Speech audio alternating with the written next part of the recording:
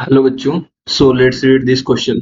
It said from the stability constant अपने को given है, hypothesis value given below, predict which is the most stable complex.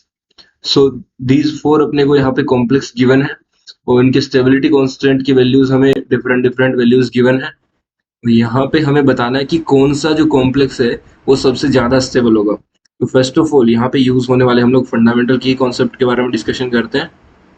सो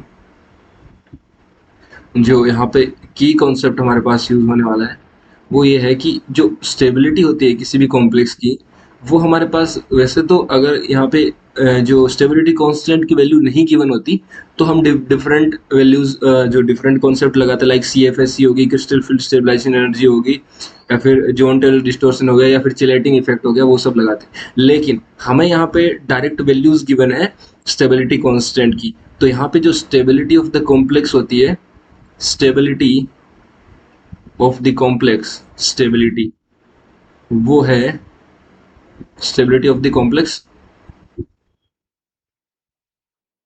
वो हमारे पास directly proportional होगी किसके, जो स्टेबिलिटी कांस्टेंट की वैल्यूज हैं हमारे पास। मतलब जितनी ज्यादा स्टेबिलिटी कांस्टेंट की वैल्यू होगी उतनी ज्यादा स्टेबिलिटी होगी। मतलब stability of complex directly proportional to K value.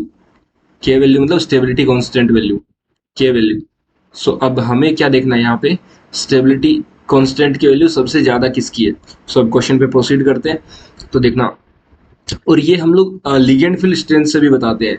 और ये यहाँ पे जो के वैल्यू होती है वो ये ऐसा भी बोलते हैं कि डायरेक्टली प्रोपोर्शनल होती है strong field ligand, strong field ligand.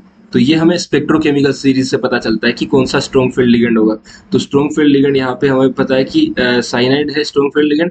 और उसकी देखो के वैल्यू हमारे पास, देखो सबसे ज्यादा किसकी है, बी वाले की सबसे ज्यादा है के वैल्यू। तो बी वाला सबसे ज्यादा स्टेबल होगा। उसके बाद में हमारे पास है 10⁻17 है, उसके बाद में 10⁻15 मतलब सी वाला है। उसके बाद में सी वाला सबसे स्टेबल है। उसके बाद में हमारे पास जो है वो ए वाला सबसे ज्यादा स्टेबल है। तो ए वाले की वैल्यू सबसे ज्यादा है, के की वैल्यू। ये देखो 10⁻27 था बी की, फिर इसका 15 है, इसका 10⁻11 है। तो इसके बाद में ए हो गया, ए के बाद में हमारे पास हो जाएगा डी वाला। तो ये हमारे पास करेक्ट ऑर्डर हो जाएगा। और उसने पूछा है most stable, so most stable हमारे पास कौन सा हो जाएगा, बी वाला हो जाएगा। So the final answer of this question will be option B. So I hope you all will understood it very well. Thank you very much. All the best.